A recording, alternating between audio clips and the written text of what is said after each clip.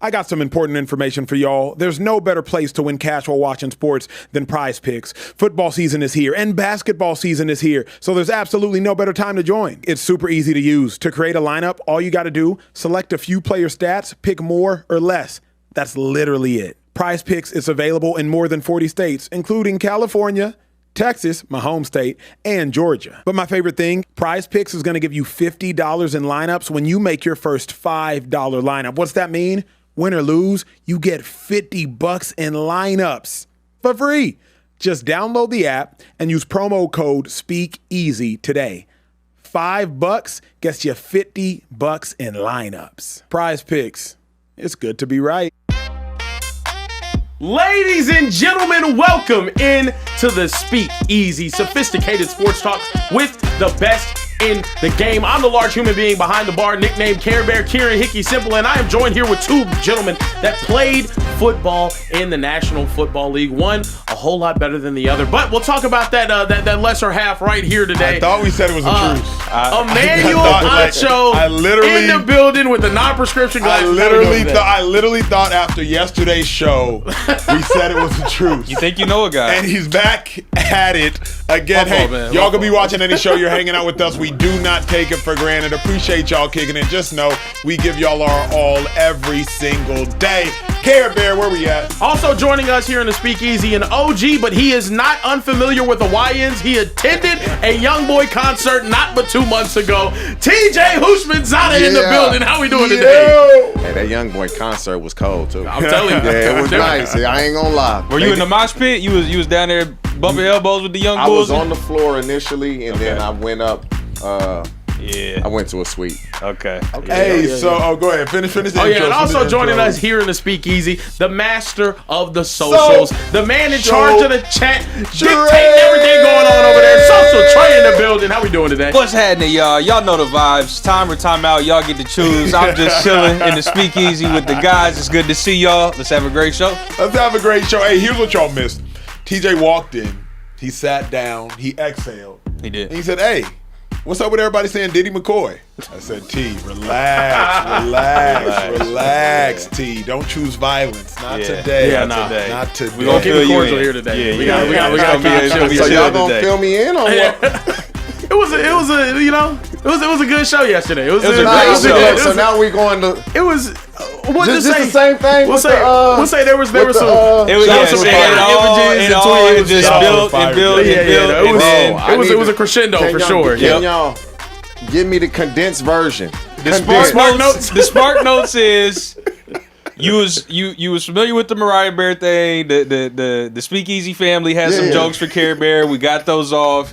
Care Bear came back with some jokes for all of us. You know, me, Shady, and Acho. He dropped his nuke, and then we dropped one back, and then Who gave him the Diddy McCoy? So Care Bear, it's kind of crazy because it flows. It's so crazy. Diddy McCoy. Diddy McCoy. Yes. So here's what happened, G. And part of one of Care Bear's shots was a AI created image that suggested Shady went to Diddy. Diddy had tweeted at Shady saying I like that wiggle. He got a different type of wiggle to him. Yeah, a fake tweet, by the way. It was a fake tweet. It was not a real tweet. It was a fake tweet. But and the show went off the rails. Things kind of went crazy from there. Went left, but we got back right. We're back here today. Another show. Let's start the show with Shaw because we had a $50 super chat. So let's go ahead and start the show. I know y'all are acting right in these super chats. Yeah, for sure. I haven't had to complain about a super chat. Correct. In a long time. Yeah. Oh, wow. And our guy, Kenro, 200X, sent a $50 super chat and said, lifelong Steeler fan here. It was time to part ways. Same way it was for Chuck Noll. Yep.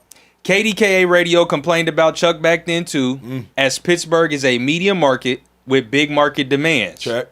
Thanks for beating the Ravens on the way out, Coach. He gave a salute. Oh, yeah. Now, that's a way to go out. You mentioned it. Mike Tomlin, after a historic 19-year run in Pittsburgh, and informed the team today that he is stepping down as the head coach. They're looking for only their 4th head coach since 1969. The Steelers retain these coaches and they win championships. That is what they're best known for. Also, Mike Tomlin leaving the organization in the way that he did means that the Steelers will retain his rights. He was not fired, so it seems likely he's going to be taking a year off and maybe doing some TV. I want to ask you guys, how do you feel about him stepping down today as head coach? You played in a division with Tomlin. You played against Mike Tomlin. I would suggest you know Mike Tomlin to some degree personally. Kick it off. I like Mike Tomlin. Me and Mike Tomlin actually have a fairly decent relationship. I see him. We talk. You would think I played for him. Mm-hmm. The way that he greets me. Nothing but respect for Mike Tomlin. And I talked to a few guys that's in that locker room, and they were shocked. They were shocked. When I first saw it, I said, damn, they probably forced him out of there. He didn't. Nah, it was his decision. They said you literally could hear a pin drop when he was up talking to the team. You could hear a pin drop, and everybody was just like mouth to the floor. They could not believe it. They were shocked that he stepped down, and it was his own will. It wasn't like ownership forced him out of there. It wasn't like, oh, you got to do this. Mike Tomlin wanted to step away for whatever reason, and he did. And this is how every player, because the best players on the team, something is going to get out that they weren't feeling Mike Tomlin. They didn't.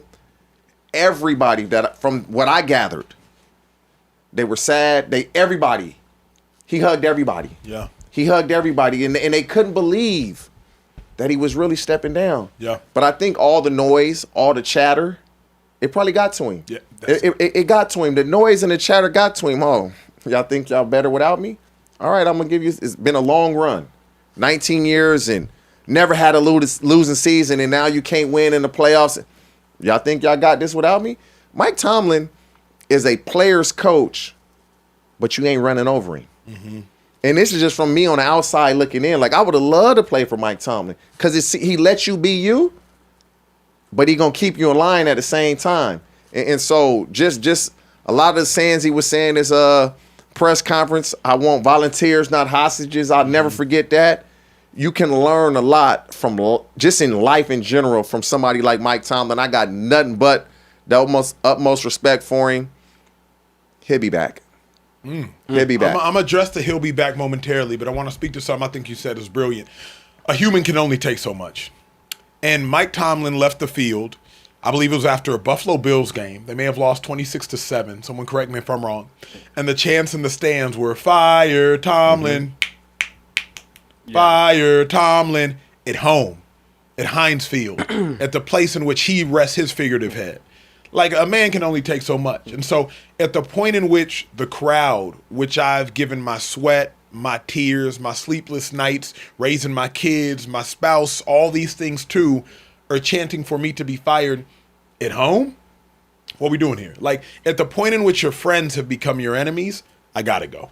So I respect Tomlin stepping down because I think what Mike Tomlin is greatest at is self-assessment. Looking in the mirror saying, who am I and who are they? And at this junction in time, he realizes he can no longer accomplish what he wants to accomplish in Pittsburgh, T. So go out of there. Like, you either die a villain or live long enough. You either die a hero long enough to become a villain. I think he's realized, bro, I'm starting to live so long that I am being viewed as a villain in this place where I've given my everything. Let me go ahead and go.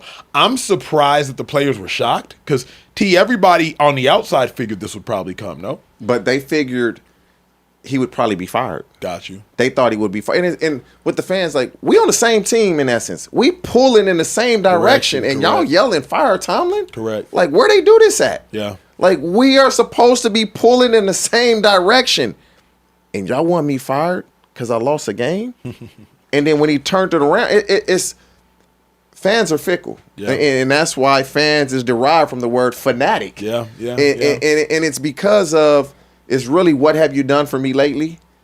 Mike Tomlin, where they went wrong at, and this is Steelers, is they put so much of their resources on the defensive side of the ball. Like, they could have really used George Pickens. Mm-hmm. DK gets suspended the last 2 games of the season. They lose to the Cleveland Browns. Yeah. If they had beaten the Cleveland Browns, Cam Hayward's a little older. Aaron Rodgers a little older. T.J. Watt was coming off the lung incident. They could have rested. Jalen Ramsey a little older. They could have rested. Yeah. But because they lost to the Browns, they were forced to play. And just little things like that, when you they had a George Pickens, they may have been okay. Mm-hmm. All the resources on the defensive side of the ball. Who's highly paid on the offensive side of the ball? DK? Yeah. Aaron Rodgers ain't making no money. I mean, he's a very good player. You got the NFL is an offensive league. Yes, sir. I mean, you get held. D tackles be getting held. They don't even call it. Like Jalen Carter in that Niner game, I seen 4 or 5 holding clear calls. Ain't no flag. They want points. They want points to be scored. And so when you got the Pittsburgh Steelers dedicating all this money to the defensive side of the ball when it's an offensive league, they got to change because every coach they've had, Chuck Noll, defense. Bill Cowher, defense. Mike Tomlin, defense. Yeah. It's about time they go a different direction with this. Well, let's speak to your point regarding Mike Tomlin because I'm not if I'm a team, if I'm an owner, if I'm a general manager, I don't want Mike Tomlin to be my next head coach. Really? No, not at all. Not at all. And not because Mike Tomlin's not an incredible man. Be an executive. But here's my thought process, T. Mike Tomlin's no longer innovative, and it's an innovative game. This is no longer a game that allows head coaches to just be managers of people.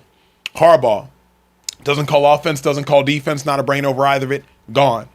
Nick Sirianni doesn't call offense, doesn't call the defense, and now the Eagles are in disarray every other year if he gets a hire wrong. Mike Tomlin doesn't call offense, doesn't call defense, gone.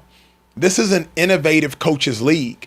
And so at the point in which Mike Tomlin, I believe, has aged himself out of being a specialist, then what are you good for? Right? So Mike Tomlin, he's not a jack of all trades. He grew up as a defensive coordinator for the Minnesota Vikings, and that's how he got the Steelers job. But why would you want Mike Tomlin when the likes of DeMeco Ryans are younger and better, and he actually has the ability to call defensive plays when he wants to? It's because certain cultures,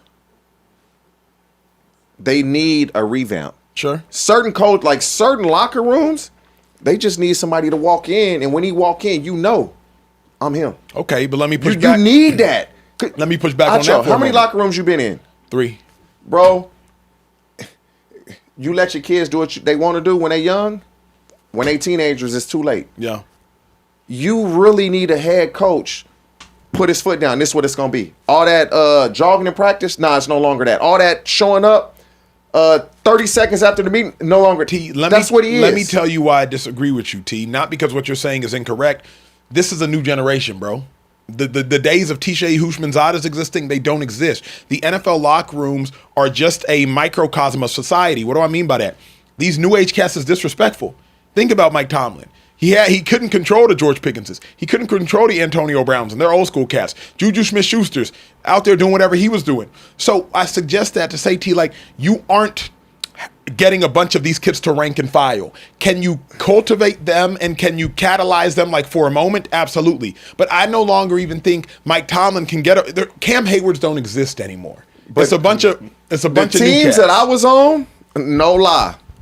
And it's always either the O-line or the majority of the guys on the defense. Bro, they will jump your ass.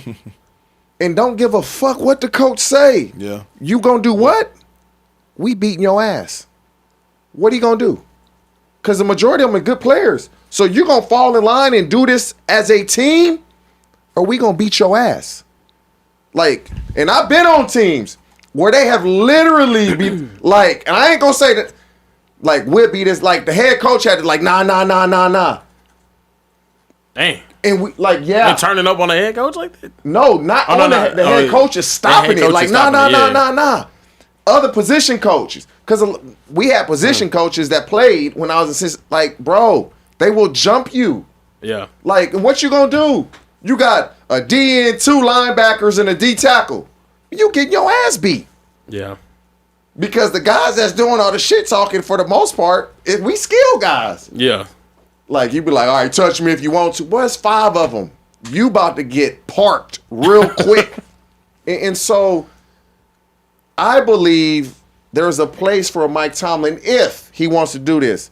Mike Tomlin will be television gold because of who he is. But here's my thing. Think about, like, Mike Tomlin, phenomenal leader of men. I agree with that. Of course, he's a phenomenal leader of men. But, bro, there's too many younger, better versions of Mike Tomlin right now. There's too many of them. Brian Flores is a younger, better version of Mike Tomlin. As far as a defensive mind, not a manager of people. I don't know what Mike Flores is as a manager of people. DeMeco Ryans is I just think an overall younger, better version of Mike Tomlin. Think about this for a moment, and this is where the conversation stops for me. Mike Tomlin's a defensive coach, but his defense was the worst in the AFC playoffs. It's the worst. Not in the whole playoffs, the AFC. When I get to the rest of them, his defense might have been the only defense that's worse. I can't even say the Niners, and the Niners are beat up. So how can you, be a defensive specialist, but Mike Vrabel's defense is better? DeMeco Ryans' defense is better. Sean McDermott's defense is better. Vance Joseph, Broncos, defense is better. How can you be a defensive coach, but everybody's defense is better than yours? Then Mike Tomlin, what are you so good at? What can you still hang your hat on? You're a great leader of men. These kids making TikTok videos in the locker room now. They don't need leaders of men. They need innovators.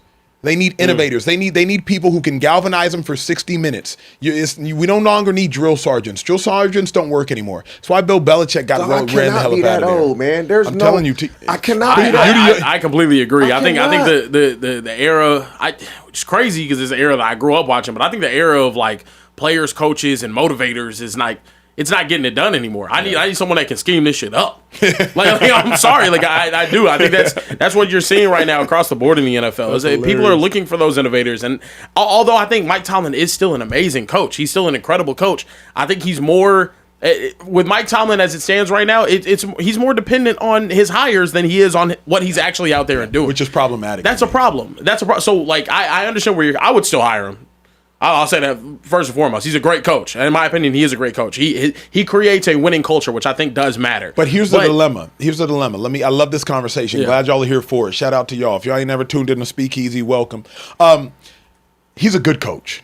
I don't think we can continue to say he's a great coach. And here's why. Because he hasn't been great in years. He's been really good. He's been 9-8, 10-7. 9-8, 10-7. 11-6. 9-8, 10. Yeah. That's good. It's not great. And it sure as hell ain't elite. I think, Kieran, you've become so accustomed, like I, to just saying he's a great coach. So we autopilot. You walk up to a stranger, hey, how you doing? Oh, I'm good. Autopilot answer. I'm good. Your cat could have just died earlier that day. I'm good. Because we say it without thinking. Mike Tomlin's not a great coach. He's a good coach. They play Houston Texans. I'm watching the game. I'm like, damn, I love CJ. Been knowing him since. Damn, he about to get his game away. I know. Defense. They got his back. The Pittsburgh Steelers played about as good as you can play defensively until the last 10 minutes. They got tired, worn out. They got worn out. If they would have had any type of offense to give them some help, it's a different game because that defense played well. Sure. Fumble, interception, They played good enough to win. The Pittsburghs, for the last, even when I was out since Ben Roethlisberger stopped playing, they've been hit or miss on offense. Yeah. That's the problem. Since Big Ben, they didn't find a quarterback. Let's evolve this conversation a bit. Mike Tomlin's the one who chose Arthur Smith. We know Arthur Smith isn't a good enough offensive coordinator to do anything of significance. A guy that has options, we can talk about this. A guy that has options in anything. Yeah. Life, women, whatever. You taking the Steelers? I got options. Mm-hmm. Who that quarterback? We didn't know who it was going to be.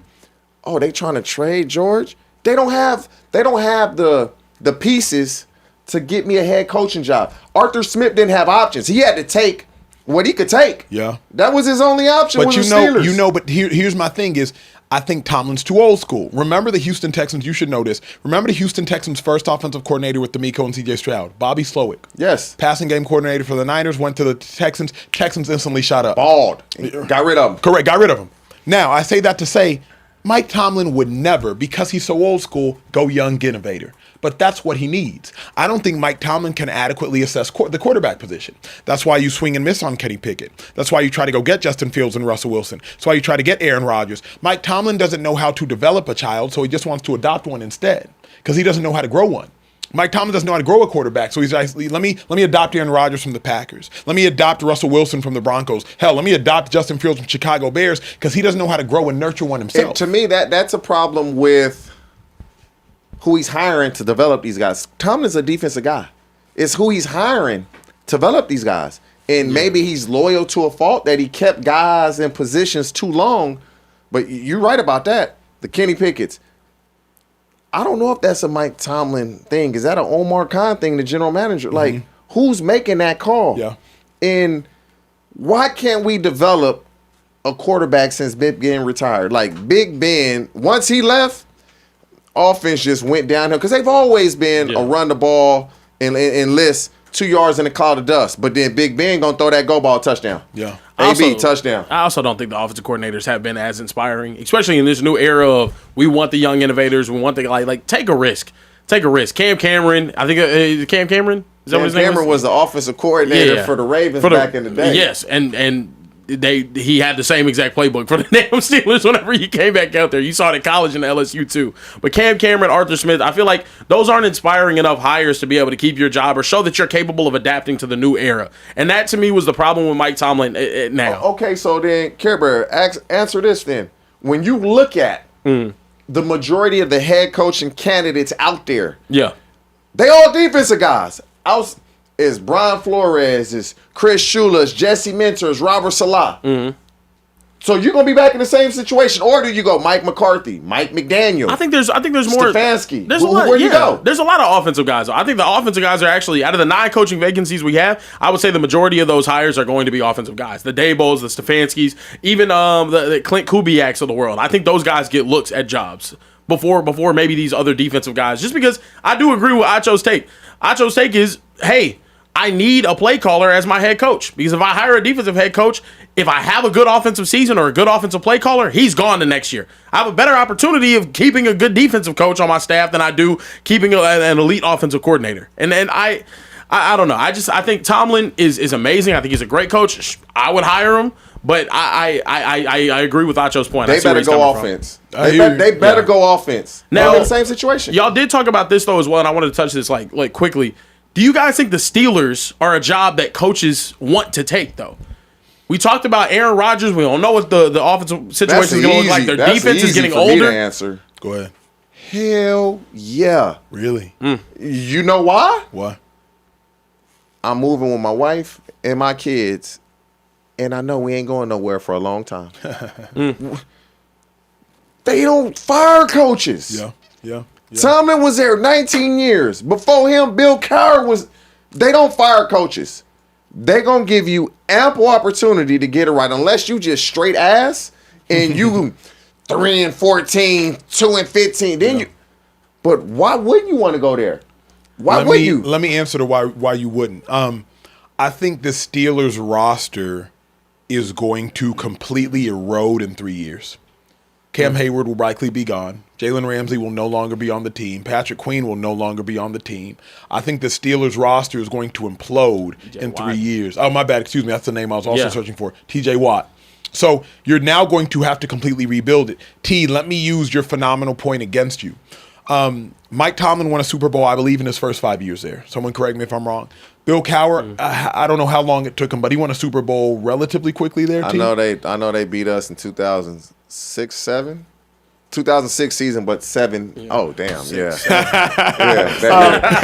So I say that to say, if you go to Pittsburgh, not only are they expecting success, they're expecting success early. Cowher goes to Pittsburgh, and he wins a Super Bowl there. I think like by year 10, maybe by year 8. I forget what the year was, but he wins a Super Bowl there. But he's competitive early. Mike Tomlin goes to Pittsburgh, and he wins a Super Bowl. I think it's in the first 5 years. If you go to Pittsburgh and you don't win, they're going to say, Tomlin won, Cowher won, Chuck Noll won, and now look at this guy, the laughingstock. I also think, T, the AFC is as competitive as ever. Back when you was playing the top of the AFC, the 3 best teams, boom, and then fall off a cliff. Right now in this AFC picture, the Houston Texans are good. The Broncos are good. The Chargers are going to be good. But Patriots aren't going Texans anywhere. And the Broncos, for that fact, they're defensive teams. They're not offensive teams. Correct. They're dominated on the defensive side of the ball. Indeed. So they're not going. Pat Surtain, Derek Stingley, young. They're not For going the most anywhere. part, the Steelers have done on both sides of the ball a great job of drafting. They do a great job of drafting guys. They draft edge rushers and they draft receivers. For some reason, the Steelers are going to draft some edge rushers and receivers. Yeah. So, yeah, these guys are old. Okay, they going to turn around and draft the right guys. They rarely draft guys that are busts. Very rarely. They draft guys and them dudes get out there and they ball. Social Trade, what's up with these super chats? G, what's up? I know they talking to us. Listen, we got a couple super chats. One from Halfway Crook 25 said, last 2 episodes were hilarious. That Love is true. the chemistry. That is true. Care Berry, you took that roasting like a champ and came back swinging. He did. Earned your stripes. He did. That's how you do it, young fella. And Diddy McCoy got some explaining to do. That's crazy. Hashtag go birds. We got a $50 super chat from our guy Josiah Central Cast said, I'm putting myself in debt for these jokes. Trey, look in the Discord. And Dank Meme, hey, listen, shameless plug right here. Our guy in the back, Taylor, has worked diligently to get our Discord server up and off the ground. The link is in our Instagram bio. Please go join. We're going to have exclusive updates in there. Make sure y'all tap into the Discord. I don't even know what Discord is. We're going to catch you Man. up. It's not for you to know.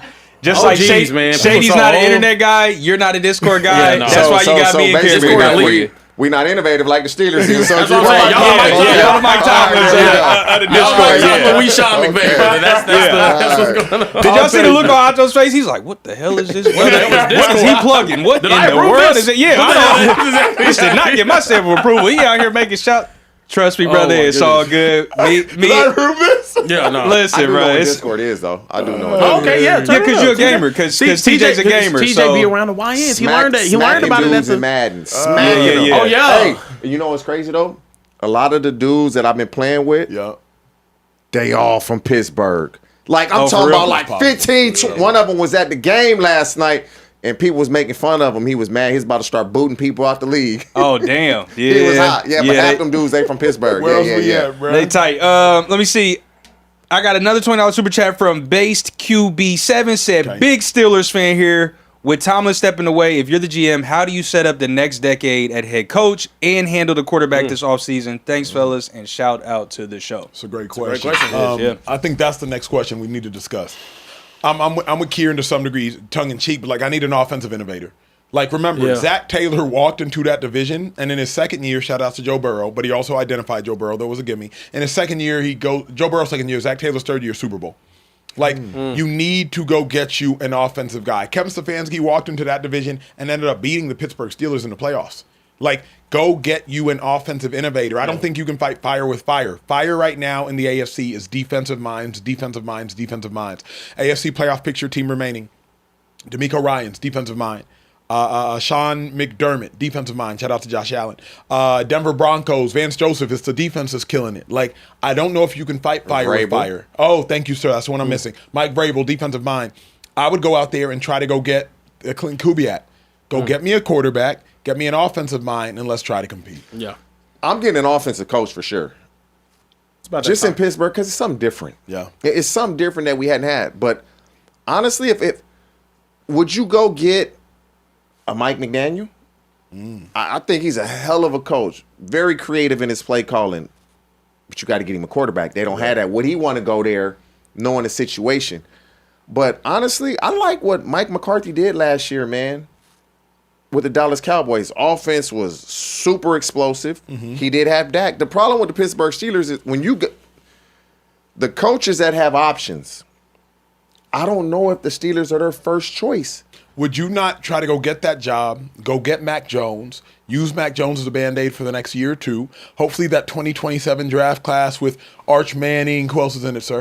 You got Arch Everybody. Manning. Yeah, everybody's in that class. You Like- got Rayola's falling off now. You got a couple Arch of guys. Manning, you got Lenore Sellers. Yeah, Lenore Sellers. kid at Dante USC. Moore might go back. Dante Moore yeah, needs he- to. yeah. he might go better back. go back. Yeah, no, you have a bunch of guys, I think yeah. you go get Maava. Yes, I think you Yeah. go try to get that dude, the name I just mentioned, Mac Jones, hold over, and then go. So from if you get a Mac Jones, the transition will be a little easier if you were to hire a Mike McDaniel because of the similar similar offense with Shanahan and Mike McDaniel. They're very similar. He coached under him. yeah, But Tomlin to McDaniel is a hilarious thought. That is like one end of the spectrum to the complete different. But if you want an offensive innovator, yeah. I actually like Mike McCarthy. Mm-hmm. Like, I didn't feel like the Cowboys should hire him. I don't mind that. He's from Pittsburgh. He's from Pittsburgh. Yeah. And his last year, he seems like a Steelers hire. I'm not hiring Stefanski.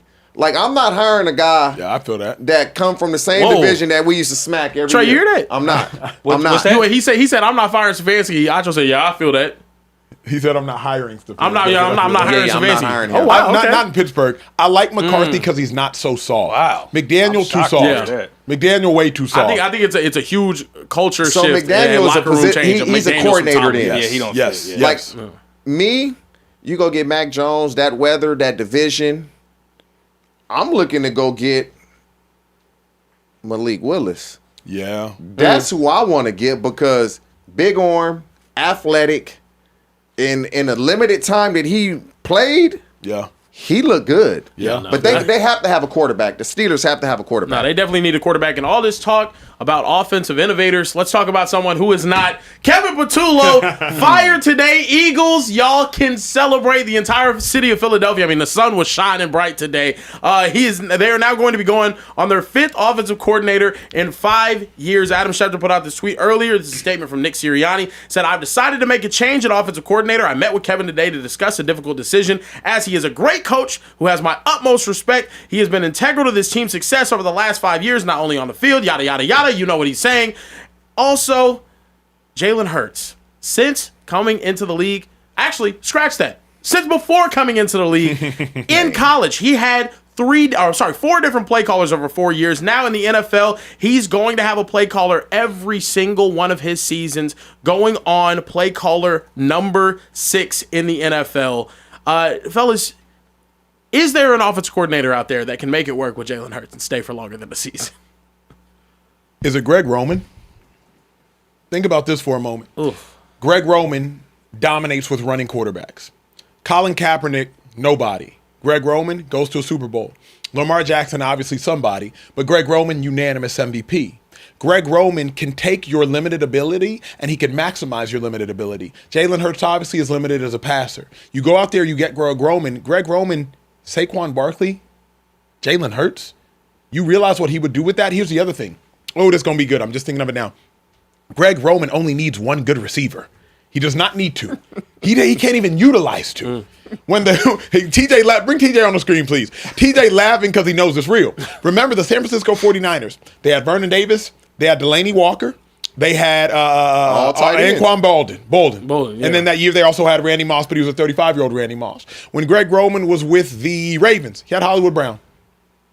Greg Roman only needs one, but he had Mark Andrews. Yeah, Roman only needs one good receiver. Quentin Johnson had a career year this year with Greg Roman. He just needs one good receiver. And what is Jalen Hurts capable of feeding? One good receiver. He's not capable of feeding both. When A.J. Brown was getting stupid busy, Devontae Smith wasn't. Devontae Smith getting stupid busy, A.J. Brown not so much. So if you have Greg Roman, you maximize Saquon Barkley. Remember, Frank Gore, crazy busy under Greg Roman. You maximize Saquon Barkley. I think now Jalen Hurts, he's only giving you 3,300 yards passing anyway, but now Jalen, give me 1,200 yards rushing, plus 33 passing. Hey, let's get to zone reads. Let's get to RPOs. Let's get to QB leads. Let's get to QB powers. Let's get to QB counters. Let's get to all that. Hell, give me a speed option at the goal line while we at it. I actually think Greg Roman will maximize the skill set, and here's the last thing I will say. Greg Roman ain't going to be nobody's head coach. Hey, Ever. Acho done fired the man from L.A. He got fired today. They let him go? Today, Greg Roman go. Damn, see, I'm in a basketball gym too much with my son, man. Yeah, Greg Roman got fired like 2 hours ago. Greg Roman is the guy then, because it's what you... The Philadelphia Eagles want to be a running team. Yeah. They need to be a running team. And his creativity in the run game is going to bring it back to why they won the Super Bowl. Yeah. But it's what you just said is the most important thing. He can be the coordinator year after year after year. Ain't nobody hiring him to be their head coach. He's a coordinator of an offense that can really run the ball, that really has great offensive line play. Because if both tackles from the Chargers don't get hurt, the Chargers are a better team. I just feel like the coordinator matters. But at some point, you can make the best play call in the world. Players got to make plays. Players got to make plays, man. Players got to make plays. And I seen you put it up there, and I had to rewind it. You did a clip with this. Special? The last play Kieran, of the game. pull it up, G. I'm not going doubles, because that was probably double. It was doubles right. Yeah. Or if they call it douche right, but normally it's doubles at the to receiver side is to the opposite. And you call 4 verts with the tight end bender. Okay, cool. You see right now from alignment, it's a too high look. Not that one. And it's not cover 2. Because the corners are too deep and the safeties are pinched. You really threw that ball inside? Yeah. I'm throwing it to an outside receiver. And if we don't make the play, we don't make the play. So I say that to say, at some point, Jalen Hurts got to be like, you know what, I'm throwing this to A.J. Brown. Game on the line, I'm going to my best offensive player. And you can say, oh, he hadn't been playing well. Oh, he had been dropping the ball. He your best receiver. He your best receiver, so you got to give him a chance. But they need a guy that's going to be there more than 1 year. Because when you have success with the Eagles, they gone. Yeah. And Greg Roman can be that guy that's there 3, 4, 5 years. T, let's show the people the play you're referencing. It's this very one right here. Kieran, Yeah. can you pull it up, please? 4 verticals out of a standard 2x2 formation with our season on the line. Make it make sense. How the hell you expect this to win? Right now, the Eagles are going to do the most basic thing and wait until I show you the next 2 plays because that's really going to infuriate you. It's a 2x2 formation, as basic as it gets. The Niners are in a pure cover 4 defense. Quarter of the field. You want to know what that cover 4 defense is going to stop down here at this red zone? 4 verticals. He's dead. He's playing off. He's dead. He's dead.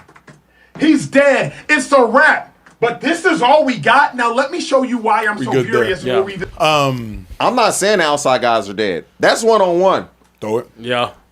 Smitty or A.J. Brown getting a jump ball. Somebody make a play. Yeah.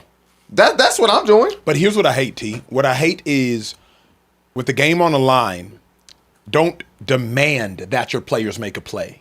Can you innovate? I didn't want to keep playing the rest of the clip. Rome, throw it back up there because here's what I would like to see moving forward. Let this run.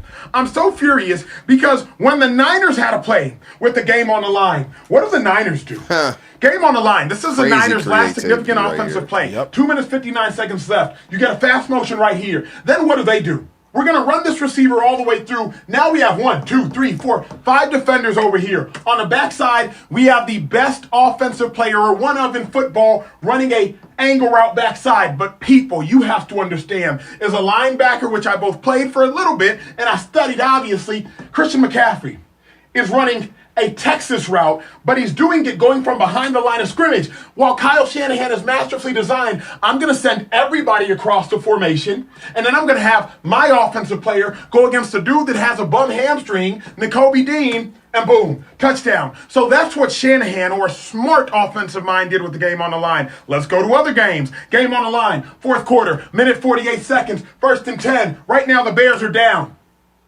It shows you an updated score from what happened on this play. Game on the line. What's Ben Johnson do? We run a slant, stop block, and go. This is the type of stuff you design with the game on the line. My point, T, is obviously you could just say, hey, players, go make plays. But what I would suggest is I want an OC with the game on the line, especially if I utilize a timeout, to say, I'm going to make it easy on you, players. I'm going to make the play for you, as opposed to you players, go make another play. I just wonder, again, football is football. When we played, we always had this the 1 high beater, this the 2 high beater. And when you talk to quarterbacks and guys that are in the league now, what I'm hearing is the defenses are so good, they're holding coverage until the snap. And sometimes it can be confusing for the quarterback, right? But why are we doing all this game planning? Because Robert Salah has shown over the course of the year, when the Niners need a big play defensively, Double A got mug, bail out. they going to play cover 4 in the red zone. He's shown this. He's he's going to be conservative. Flores, he double A gapping you. Yeah. Certain coaches, they aggressive by nature. They going to show you a look. Maybe they bring it. That's not Robert Salah.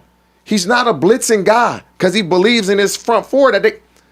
Why are we running 4 verts? Because if we watch film, which the coaches should be, 4 verts against cover 4, at least give me verts over here and give me a sail concept over here where the tight end runs a 12-yard out, receiver runs a post. If the safety jumping, we throw in the post. Yeah. And if dude, give me something. Yeah. I mentioned that to Shady. I was like, give me a switch route or something. You gotta give me something. Line, give me a tight release and we do a switch release. Now they gotta communicate and talk. But 4 verts with the game on the line. Stagnant 4 verts. When you know, if you watch film, which I'm sure they like to play cover 4. Yeah. That's the only thing that. Let me ask you this. I'm going to ask you a hard question. Should an offensive coordinator still want to coach Jalen Hurts? Yeah, because Jalen Hurts, number 1, is a Super Bowl winning quarterback, and that's hard to do.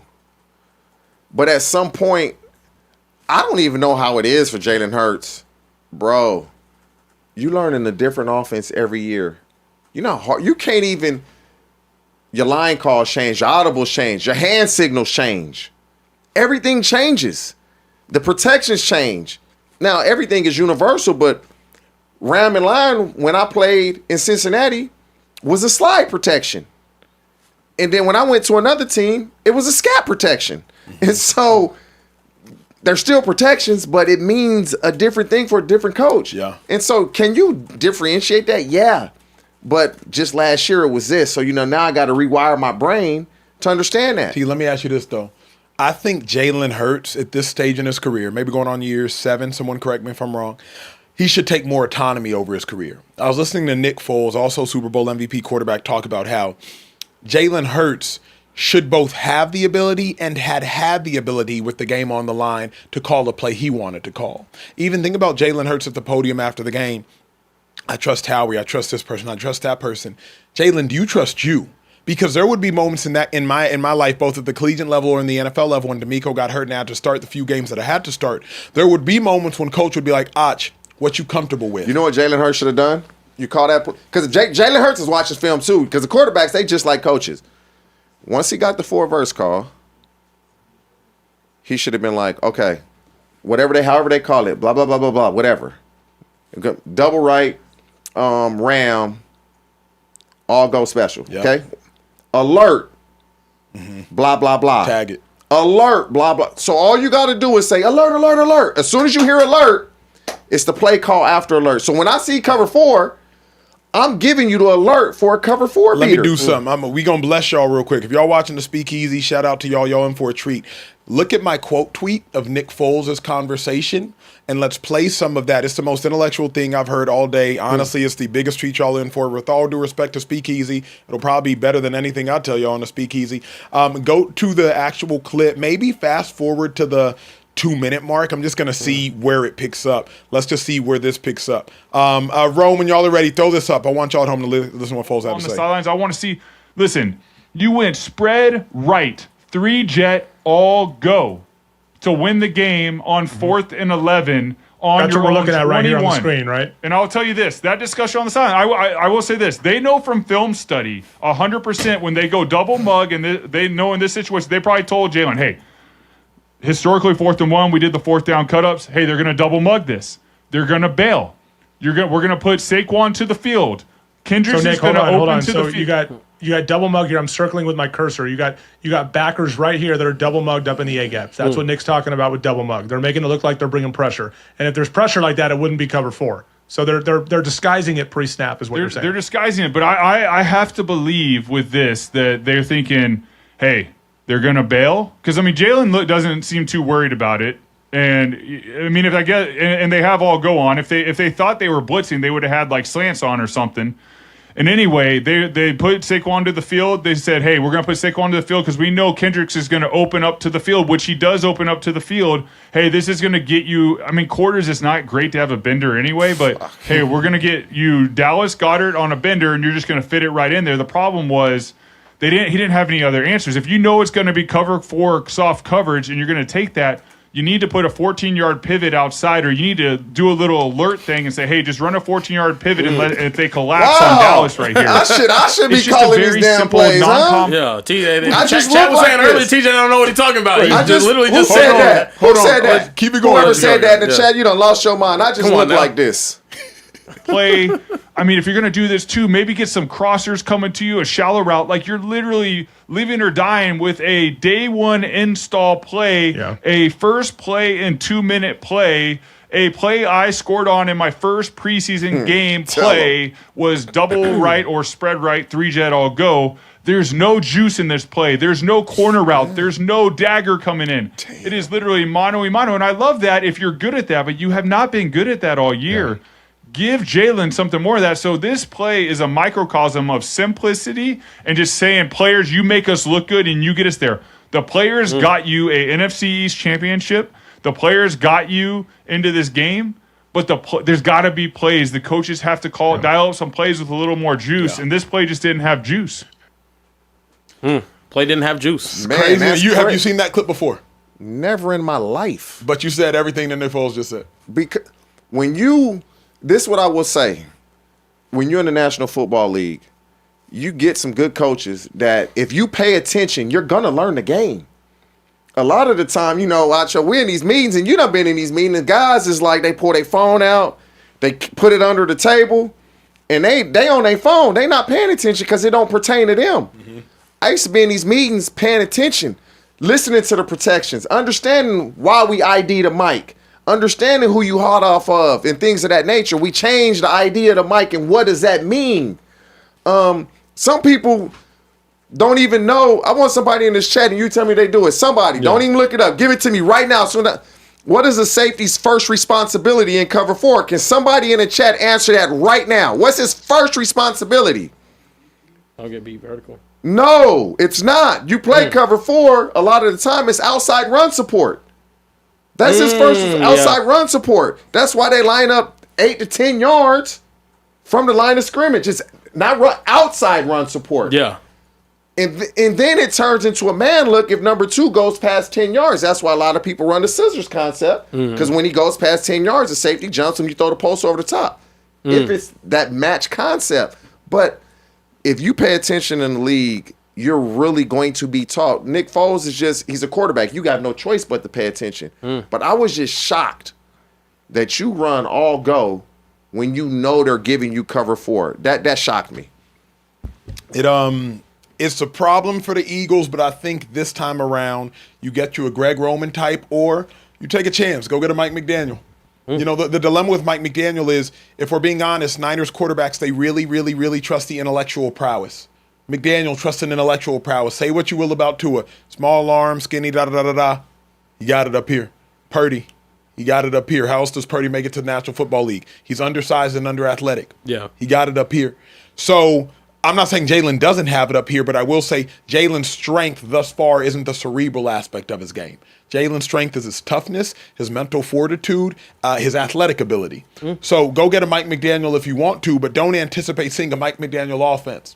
You feel me? Yeah, you put a that's what I was gonna NASCAR say, driver though. in a Hyundai, he ain't going 150 miles an hour. The chat was disagreeing about the Greg Roman take, but I also think that's not bad. I think the Eagles' offense is best fit whenever they're running the ball at an efficient level. It's because of the personnel that they have on offense. Offensive line, Saquon Barkley. That's what you want to do. Yeah. Play action with Jalen Hurts. Get out and run with Jalen Hurts. Because the Colin Kaepernick, that comparison, Jalen Hurts get out. He may not have the straight long speed, but he going to hit you for 10, 15. He is. He's going to keep the defense honest. Yeah. That's a good one. I like that. Well, what we out in the chat, Trey? What we got in the chat, G? Listen, we got a lot of super chats going on right now. We got a $50 super chat from Heavy D6539 said, Coach T's issue, ? Micromanaging DCs. That's why Flores left. Edge room loaded. And running backs give a real 1-2 punch. And Acho, you said it. Since his playoff run wasn't Burrow, it was the defense versus Kansas City. Steelers just take the down year and rebuild. Man, you would think they would take the down year, but man, pride is something. It is. Yeah. Pride is something. Facts. The Donathan also sent a $50 super chat and said, Speakeasy, what up, family? Like I said before, TJ, when you going to coach, bro? Coach where? Just in I'm general. coaching now in high school. I got too many kids, man. I love my family more than I love being away from the coach, especially at that level. Yeah. It's a lot of time. Yep, that's real. Last one I got. Central Cast said, you also got to realize, Jalen, you're a somewhat dual threat quarterback. Why aren't you just running the ball, the front four on your head while the rest are in coverage? Like, bro, run the ball like how you do 24/7. Yeah. I mean, the two seasons that they made the Super Bowl, he had a top 5 rushing offense in the NFL. Yeah. The 2 years in the last 4 that they did not have a top 5 rushing offense. So, I mean, it is what it is. Also, shout out to chat, man. Whenever TJ asks a question about cover 4, like what's a safety's first responsibility, a lot of them immediately, run support, like run fit. We got a smart show. That's what I'm saying. A lot of y'all. We got a That's smart show. Is that it? Yeah, that's all I got okay. for the super chat. All right, cool. We gotta keep it. We gotta keep it pushing. We had probably the most out of pocket owner I've ever seen. Just go nuclear today. But this is one of his more chill statements. Ravens owner Steve Bisciotti, is that how you say it? Bisciotti. Yeah, Bisciotti. Yeah. Was asked about, essentially how much Lamar Jackson has a say on who the next head coach of the Ravens is. I'll let you guys take a listen. Steve, you did mention that you invited Lamar to come up for the interviews if he wants to the final round of interviews and everything.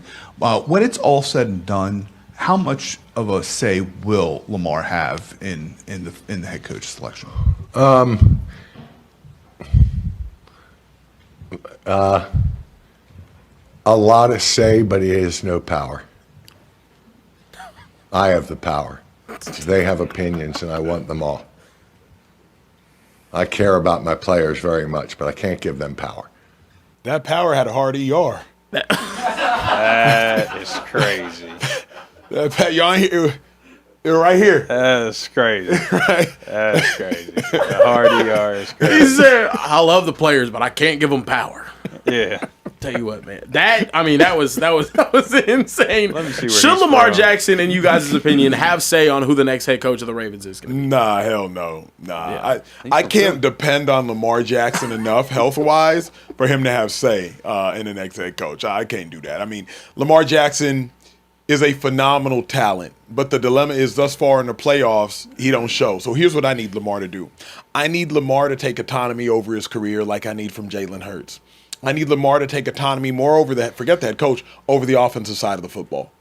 Like, Lamar, what kind of offense will get the most out of you? And also, Lamar, what do you want to do? T said something brilliant that Tomlin says, I want volunteers, not hostages. Lamar, do you still want to run the ball or no? Because, Lamar, the last 2 years you've gone away from the run game. When we needed you most, 2023 season, 2024 playoff picture versus the Kansas City Chiefs, you stopped running. You wanted to get into a throwing match versus Patrick Mahomes. So what do you want to do, G? So that's, for me, Lamar, I care less about the head coach of it all. I want Lamar to have say in the offensive coordinator. Head coach team doesn't move me. I do want my quarterback to have an opinion and some say in it, and I believe he will. I like Bisciotti. Played there a year, got to know him pretty well, and I believe he's saying that he's going to talk to Lamar. But this is the thing. I think he says that because if Lamar is going to have a lot of say, you know how many people going to be reaching out to Lamar, trying to get in his ear to, hey, put in a good word for me. So he says that, I believe, tongue-in-cheek. He's going to talk to Lamar. He going to, okay, Lamar, we're thinking about who you feel comfortable with. Who would you like? He has to consult with Lamar. He's the franchise quarterback. Now, will Lamar make the decision? Absolutely not. That's what I believe he means when he says, I have the power. We know you got the power. Yeah. But you damn sure going to ask Lamar Jackson, what does he think?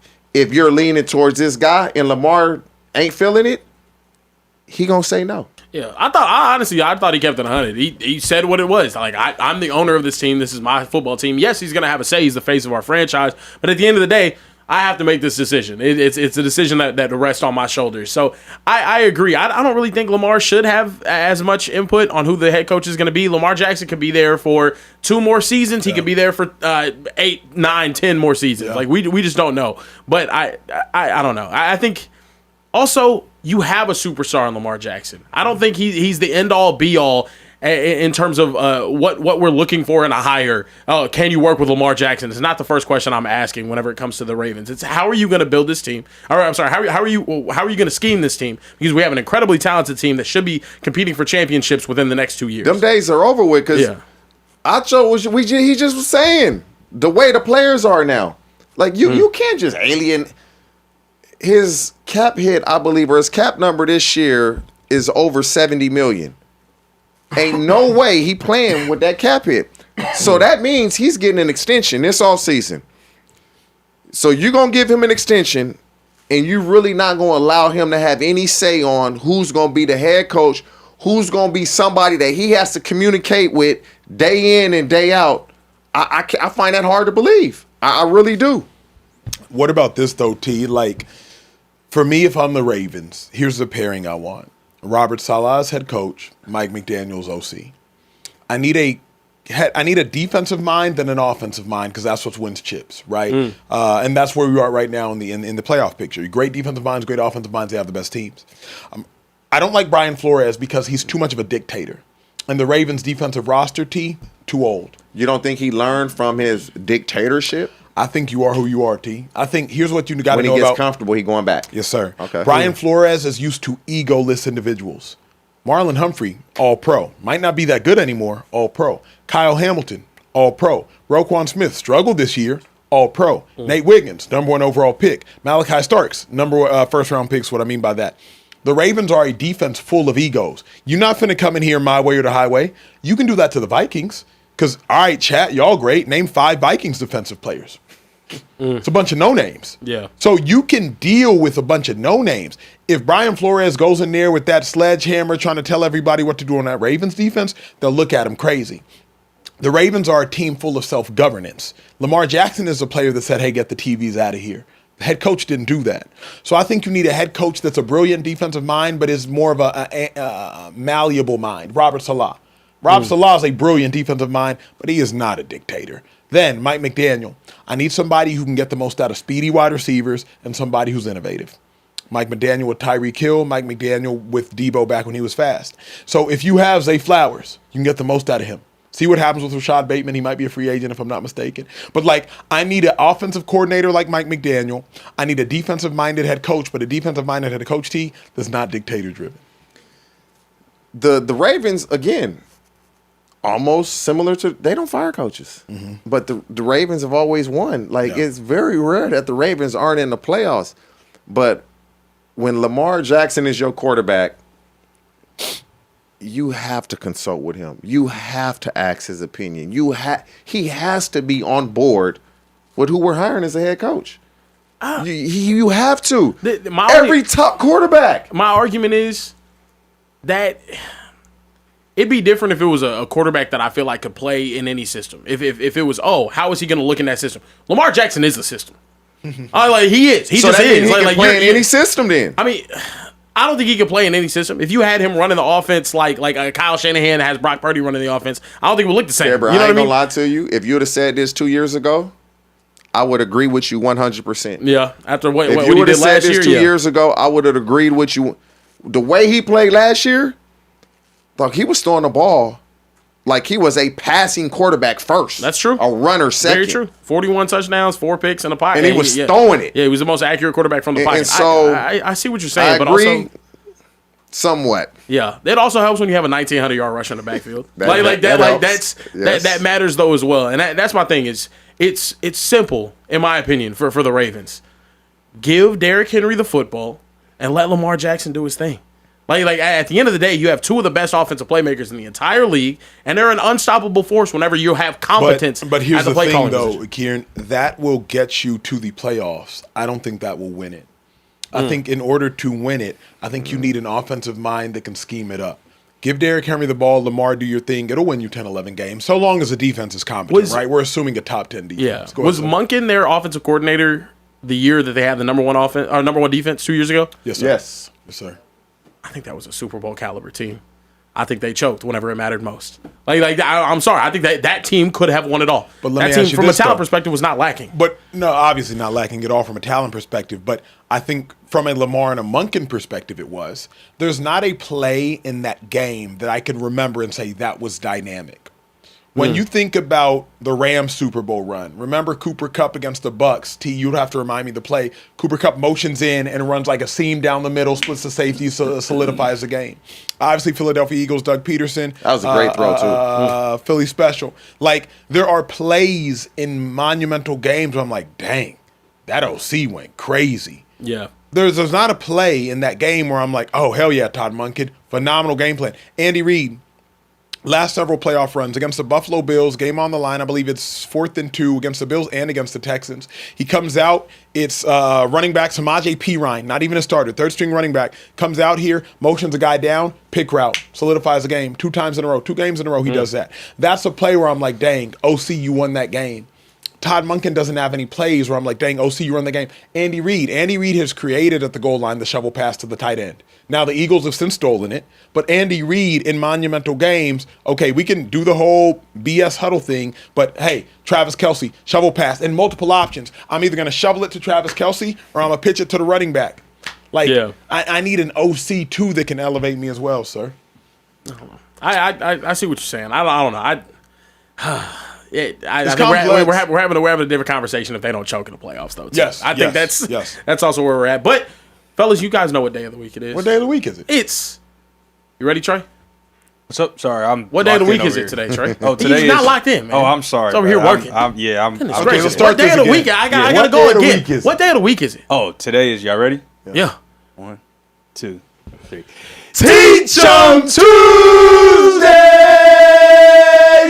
Featuring TJ Houshmandzadeh. There it is. That's what I was waiting for. I had to make sure you were I was locked in over here. Make sure you were locked in. Hey, Put it the to work. Houston Texans defense, T, it is one of a kind, but the lazy take is, hey, the Texans defense just has phenomenal players. On Tuesdays, if it's your first Tuesday watching the Speakeasy, we try to go above and beyond and make sure we teach y'all a little something. When you're at the water cooler, you sound a little bit smarter. When you're in your group chats, you sound a little bit smarter. So it's Tuesdays. Teach them Tuesday. What I did right before this show, even though I'm feeling a little under the weather, I went and I looked out at the most significant play the Houston Texans made just yesterday. Turn your volumes up, relax in your chair. If you got your drink, sip on it, but pay special attention to how all the Texans defensive players, they're on a string. What I mean by that, well, I'll let the video explain.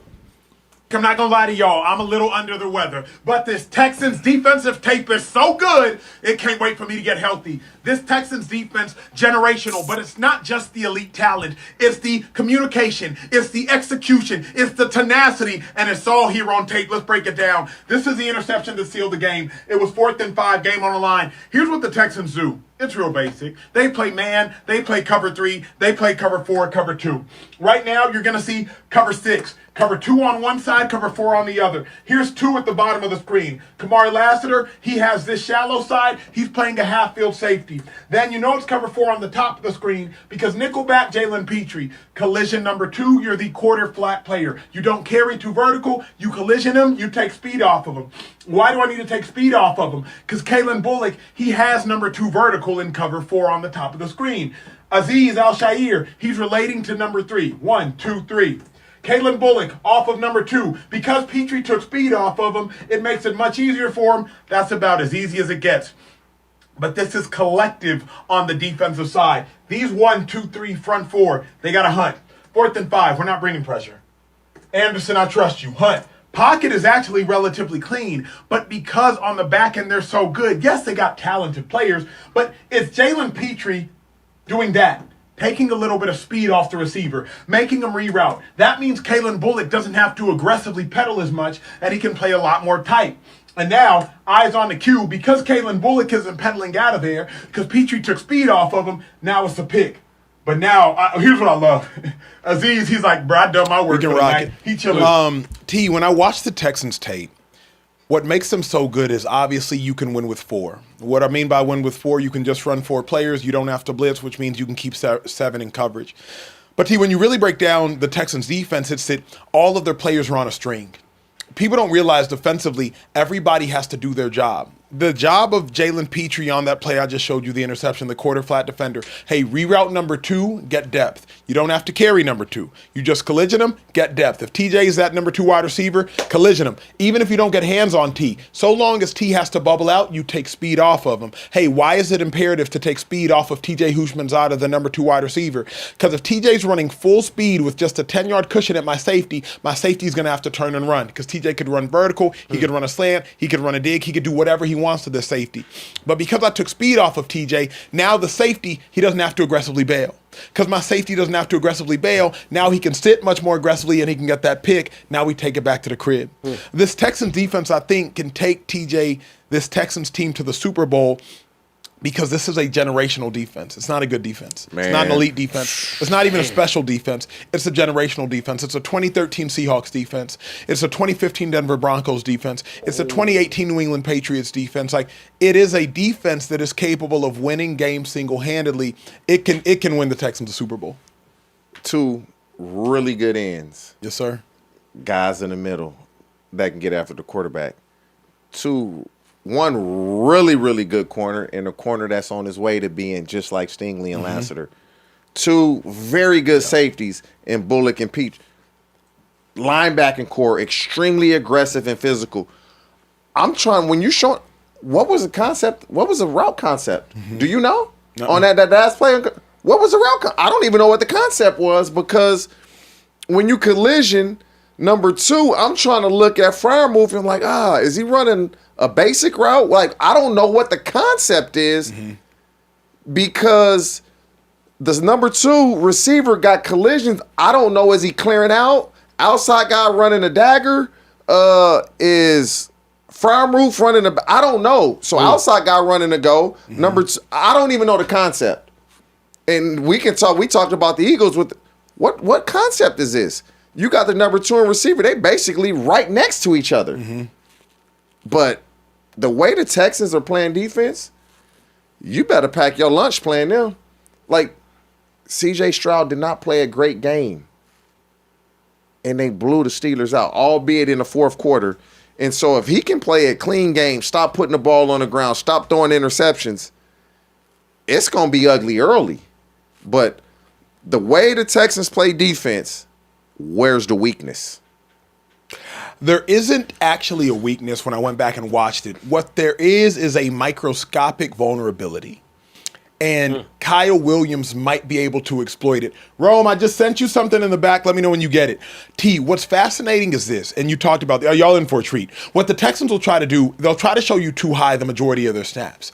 And some safeties will aggressively move from too high to single high. It's not what the Texans do. The Texans will passively move post-snap from too high to single high, leaving Lassiter on his own backside. Aaron Rodgers tried to throw the go ball to DK Metcalf, backside on Lassiter. And Calvin Austin.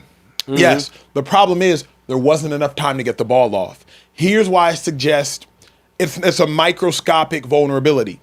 Because the Patriots have a dude named Kyle Williams. What's Kyle Williams' speed? Kyle Williams, he low 4.4. He from out here. Correct. Yeah. Patriots have a left tackle. When was he drafted? First round. Correct. Top 6. Yeah. So in the event the Patriots can hold on just long enough to let Kyle Williams, who's supposed to be a burner, try to beat Kamari Lassiter, and Lassiter will be on an island because schematically that's the vulnerability. That's, I think, the only, there's not a weakness to the Texans defense, but it's Lassiter, can you get beat? Not even will you. Is it possible for you to get beat? Or T, will you get called for a PI? Like, will you get called for a monumental PI? That, to me, when I was really watching the tape, I was like, there's not a vulnerability, but I was like, well, you know what I'm going to do on PrizePicks this week? I'm going to take Kyle Williams more than receiving yards. Oh, wow. Because I'm going to bet on that. They know Kyle Williams is the down-the-field guy. Yep. So if I'm Lassiter and I'm Stingley, I'm giving you the comeback. I'm giving you the stop route. You're not getting by me vertically because that's his role on his team. Diggs is the stop, the comebacks. Everybody else is. Kyle Williams is getting down the field. And so if they can give Drake May some time, it's going to get in because Drake May, he can get out and run. He can move around. CJ played an average game and they still won. That's the thing about the Texans now because they're so good on deep. Like, where is the weakness? When you game plan for the Texans, who do you say we attacking? Does it has to be Lassiter, right? I would honestly, I would try to attack the linebackers. That's my only hope. Toa, I believe that's how you say his name. Toa, 39. yeah. Like he got beat twice in coverage yesterday. He fell down guarding a running back. It was 3rd and 14. He gave up 12 yards. Defense rallied. I try to attack Toa on the backside because what the Texans do try to do. Say it again, Rome. That they try to lock the backside. TJ, I'm telling y'all, you got 12 years of NFL experience to my right. You can't find this really, not the intellectual capacity on other shows. TJ, watch what I'm about to show y'all. I want y'all to turn your volume up. Watch what I'm about to show y'all because, one, you might be able to make some money on PrizePicks on it. T, is there a vulnerability with how the Texans are playing this coverage? Rome, when you're ready. Remember I told y'all for the most part what the Texans play. Play man, play cover 3. Down and distance, 3rd and 11. You'll notice a couple things. It's always 3rd and long because the Texans handle their business on 1st and 2nd down. 3rd and 11. They're playing off. Cover 3. What the Texans want to do, show a too-high shell. These two safeties are showing too high, make you think it's cover 2, cover 4. At the last second, this safety, ever so slightly, he's rolling down. He has hook curl. Azeez Al-Shaair has hook curl. Petrie has the curl to flat. Toa has the curl to flat. Kalen Bullock, deep safety. What Aaron Rodgers is trying to do is throw the one-on-one ball, Kamari Lassiter versus DK Metcalf. That's what he's trying to do. Hey, pause it for a moment, T. Let me talk to my dog, T. Is there a vulnerability here? No. The space. Well, they ran a wide bunch, the Steelers. The spacing of the receivers, like, y'all, we all right here. Like, if we going to do all this switch release, you got to release. You got a knife inside. You got a knife. We got to spread the field. They're all upon each other. Like, if you look, they're all up 3 yards away. Yeah. He's 4 yards away from the outside. But I'm talking top of the screen, Lassiter, because he doesn't have safety help. No, that's strictly one-on-one. But this is the thing. He knows that. If you look, he's on the upfield shoulder. He knows. Yeah. Okay, yeah, they dropping on my side. You can run this comeback. You can run this post corner. But you ain't running no post. You not. He's on the upfield shoulder, and so that tells me he knows when they're in this call. He on the island. He knows. Fast forward about 35 seconds because there's another play following this play. Did you have a question, Kevin? Yeah, well, I was just gonna say, look at the right tackle in that situation. Yeah. Because that's the reality of the situation when you're playing the Texans. Yeah. Yeah, you want to take those deep shots, but are you going to have enough time to be able to set those up? And against Will Anderson and Danielle Hunter, no. Yeah. Just flat out no. You're not going to. So what happens? The Houston Texans, they're in the same exact defense, and the Steelers try to run the exact same play later on in the game. Apologies, we're doing this in real time. It's Speakeasy. Rome, just hit play. Nico because Ryans was the defensive coordinator, and they had Nick Bosa. So this is the first play. That's wins. the rush. The intention of this play is to try to create that one-on-one with Will Anderson. But watch Danielle Hunter. Wins. Boom. Ball out. Here's what I love about Danielle Hunter. Most underrated player, I think, of the generation, by the way. 115 sacks at just 31 years old. Go get the ball. Get the ball. Sack. Forced fumble. Love it. Next play. So Remember, same first exact thing. This is the same exact defensive picture, a completely different play. Let's talk through it, T. Right? I showed y'all cover 3, cold y'all man. Hey, it's 3rd and 12. Last time you saw 3rd and 11. It's the exact same coverage as the last sack. They want to show too high. But at the last second, what are they going to do? What are they going to do? Watch the safety rotation, y'all. I want to teach y'all something. Watch the pre-snap look, looks like 2. Watch the post-snap safety rotation. Boom. No longer 2. It's cover 3. Curl flat. Hook curl. Hook curl. Curl flat. Aaron Rodgers is going to try to do the exact same thing. He wants to get the ball to DK Metcalf versus Kamari Lassiter one-on-one because Kalen Bullock is on the opposite hash. But once again, no time. You know what they try to do on that look? The Texans right there. You know what they tried to give? They tried to give the same look of that cover 6. Because if you look at where the safeties were when you showed the cover 6, it's the same thing. The same depth. This safety is deep on the hash. The corner's about like at 10, but he's rolling down. That safety, they made that look like it was going to be cover 6. Correct. And then they rolled to 3. Last moment of 3. But they can do that when guys know the defense. They can do it when everybody's athletic. The pressure get on the quarterback like that. Yeah. What you going to do? Just chip Will Anderson? Okay, Danielle Hunter going to kill you. Yeah. And that's what it's what Danielle Hunter's been one of the best pass rushers of this generation. Gets no credit. None. No, when you talk about the best pass rushers, you're gonna name 8, 9, 10 guys before him, and that's disrespectful. Yeah. Considering what he's done. Perennial for his Pro career. Bowler, and nobody cares. fact. It's ridiculous. Look, this is what Tuesdays are about. This is why I believe the Texans can go far. Social Trey, what's the word, G? Yeah, listen, we got some super chats. One of them came from Heavy D6539 again. Said, is it a true report that if Harbaugh stayed, then Lamar was going to push to play for Tomlin? Have y'all heard that or any validity to that? I didn't hear that, T. I didn't hear it. You'll never really hear that. Yeah. Unless you know and you talk with Lamar. He don't have an agent. So that's hard to. Only way he can do that. I ain't signed the contract. I'm staying at this cap number. They not gonna release him. Yeah. So it's almost impossible. Yeah. We also got another one from Chad1451 said, why did Pittsburgh not keep Fields? First 4 starts, 4 wins. Never understood that. Yeah, we'll just keep moving on from that one. George Flores 4433 said, Texans defense is stupid nice, and their defense and they say defense wins championships, but do you think they can win if Stroud can't score or do anything? I believe they can get to the Super Bowl because of the AFC offenses. They're not illustrious at all. Denver Broncos aren't going to put up more than 24 points. Not against the Texans defense. They shouldn't. The Patriots shouldn't. The Bills, obviously, you've seen what happens when the Bills play the Texans the last 2 years. Now, you get to the Super Bowl and you have to play Matthew Stafford. Remember, the Texans and the Rams played week 1 this year in Los Angeles, was at that game. That's a matchup that could be challenging. Yeah. Sean McVay's brilliant. Puka Nacua will win. He'll win on occasion versus whoever he's playing. Even if he's playing Stingley, he'll still go for 5 for 59. Devontae Adams will win. You know, he'll beat Lassiter 2 to 3 times. Not that they'll beat him dominantly. So you play the Rams, different story. But in the AFC, Texans should be able to get to the Super Bowl. You would think with that defense, CJ not gonna play like that often. But I'll say this. I said on this show last week, man, the Buffalo Bills gonna get their ass kicked. And boy, I was wrong as 2 left feet. Hey, man, we said it. And so when I look at it, right, Lamar Jackson not in the playoffs. Pat Mahomes not in the playoffs. Joe Burrow not in the playoffs. The only other great quarterback in the playoffs is Josh Allen. This just may be their year, man. The Texans? Bills. The Bills. This just may be, and I don't. Look, Acho is. I think it's for his solid. And the thing is, when I say that, it's like, where is the scoring gonna come from? But Jags take the lead. Bills come right back. Yeah. Jags take the lead. Bills come right back. Yeah. It was almost as if Josh Allen, like, I'm not gonna be denied. This gotta be my year. Why these boys ain't here? I gotta do it this year. That's the part that worries me with Buffalo, is Josh Allen is on a mission.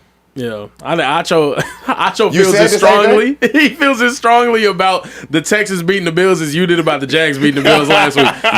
He is so solid on it. Nobody beating this Texans defense. I'm not gonna bro. lie. Y'all crazy for thinking otherwise. Now, Like, this is the thing, though, right? The Bills offensive line, Yeah. best pass block win rate in the league.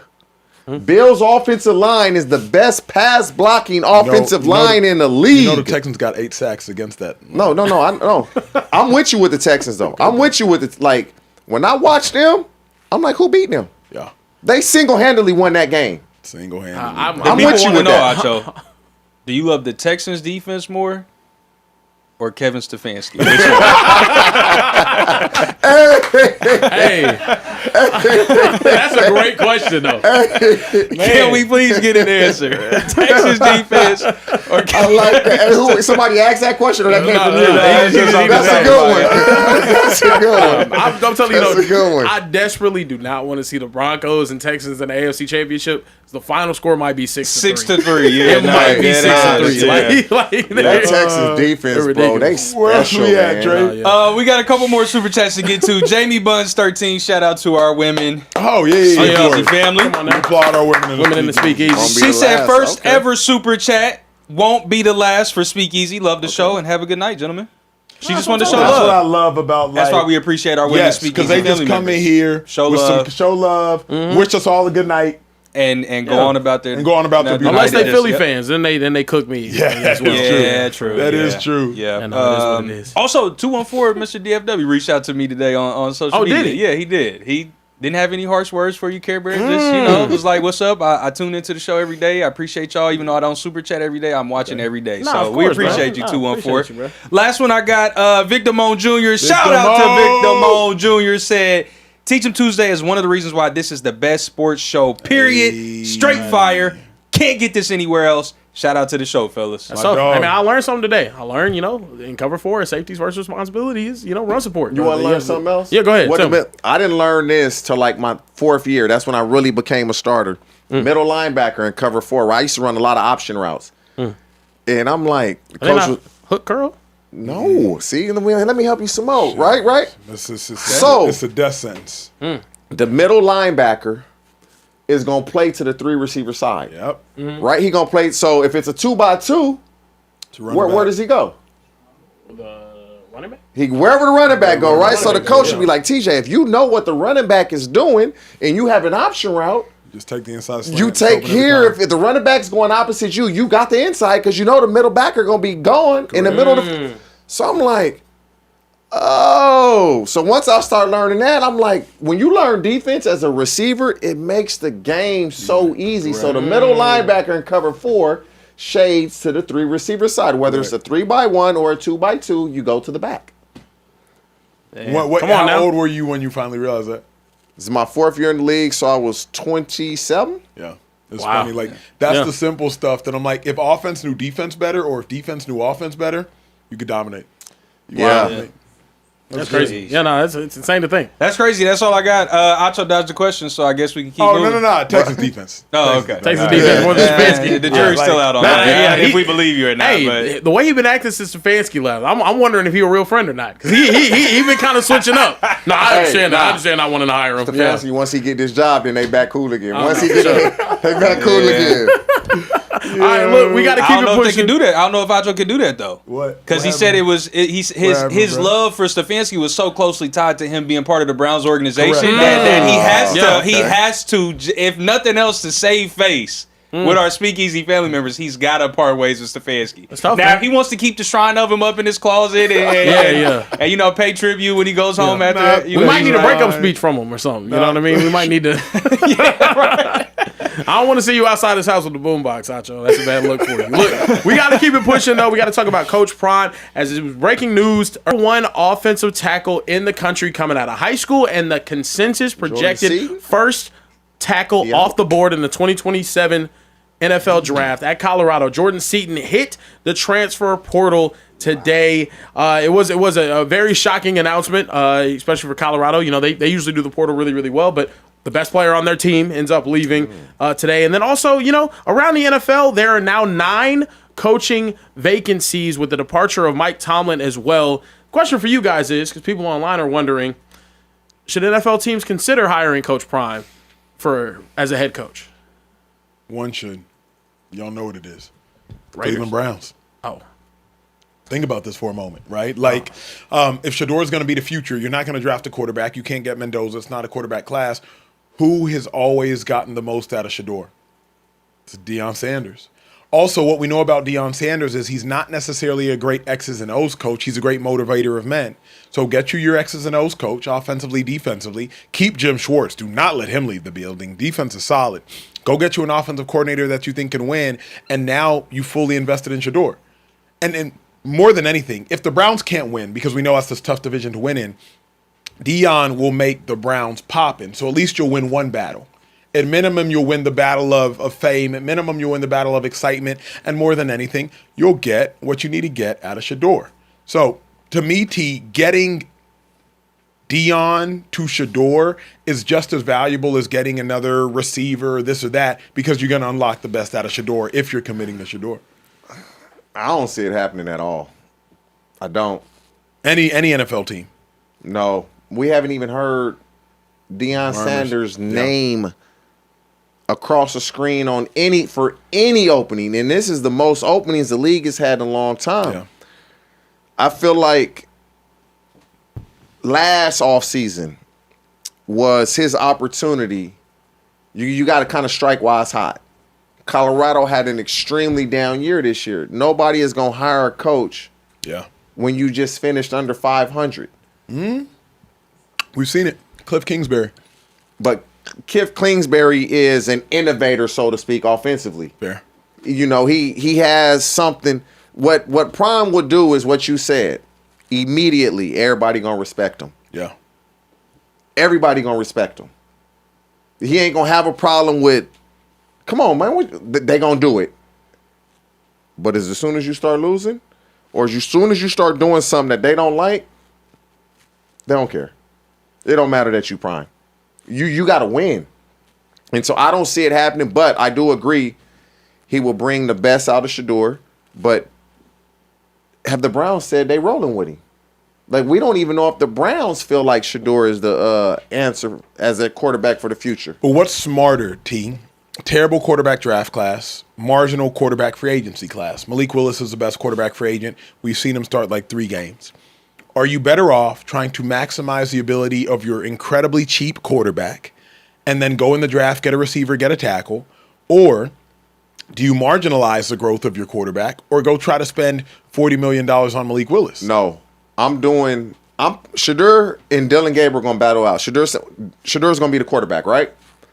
Because next year's quarterback draft is supposed to be Special. that draft. So I want to win. Yeah. Because if we win, we found our quarterback. But if we don't, we also found our quarterback. Yeah. And so I'm okay with losing. Because either way, I'm going to find my quarterback. And so now if you the Browns, you can get Arch Manning or you can get whomever will be the number 1 pick in 2027. Or you got that guy, Shedeur Sanders. And so I'm rolling with one of these young guys. And either way, I'm getting my quarterback. Acho, with all due respect, Talk to me. out of the 100+ episodes we have come in here, Speakeasy, and given the people, the millions of views, the countless hours we have spent, just recording this show. Yes, we have. That was by far the most asinine take I have ever heard you make. Really? Deion Sanders. That one? For as much as I respect Deion, for as much as I like Deion, has nowhere near the resume as a coach at the level that he's at right now to even get a better job in that realm. Like, I'm sorry, like we've had a lot of college football coach openings happen recently, and he wasn't even a name for those. So to think that he's gonna go to the National Football League, a league that we talked about earlier, is hell-bent. They're hungry. They're starving for offensive innovators. They're starving for young, just great talent and coaches that have the superstar X factors, if you will, if I use Madden terminology.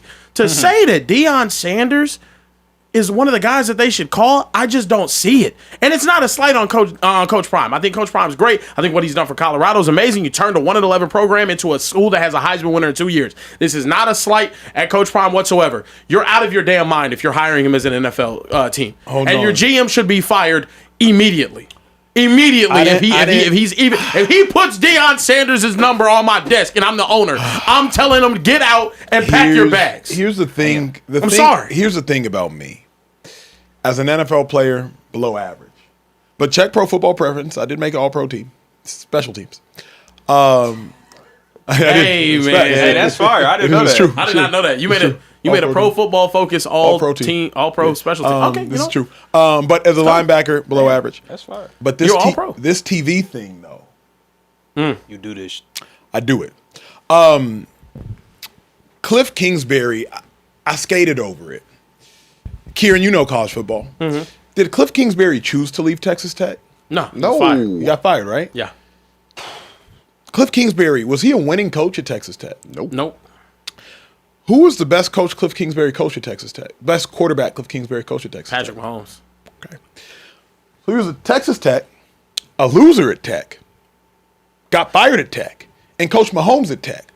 Now, after Cliff King, now this, for y'all in the chat, I'm glad y'all are awake. After Cliff Kingsbury got fired at Tech, what was the next job he took immediately? It's a trick question. I got you. It was a USC offensive coordinator job. Great. Yeah. Did he ever coach at USC? Not a lick. What the hell? Well, later on he went back. So he didn't coach at USC, even though that was a job he took after getting fired at Tech, and he got fired and he coached Patrick Mahomes. Why the hell didn't he coach at SC, Kieran?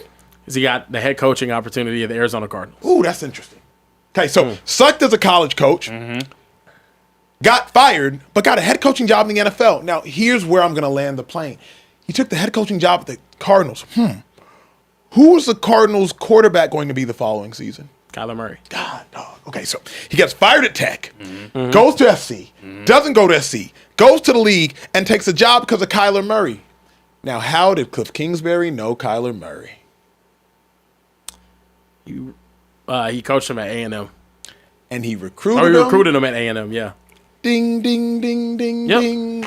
An NFL organization can hire a coach even if they don't succeed at the previous level because of that coach's relationship with the quarterback. So my point is, even if Deion has not succeeded at the collegiate level, because of his relationship with the quarterback, the Arizona Cardinals took a chance on Cliff Kingsbury. Now, for those that know, Cliff Kingsbury and Kyler Murray did have success together. They made it to the playoffs. They got better every season for the first 3 seasons, from, I believe, 3 wins to 5 wins to 11 wins, make the playoffs, get beat by the Rams at a game in which I attended in the owner's box with the Arizona Cardinals. So I say all that to say, yes, you're right as it pertains to Deion not necessarily being great at this level, but we've seen it happen before, and we've seen it happen within the last 6 years. Like, what I'm suggesting isn't even asinine. It's not even a bad take. It's just, it's subjectively happened before, and the Cardinals had success there. So on the surface, it might seem ludicrous, but we literally saw it play out, and we saw them succeed with it. Now, did they have maximal success? No, but Kyler Murray, I don't think, is all that great. So we've just seen it before, and you know firsthand because you know college. Like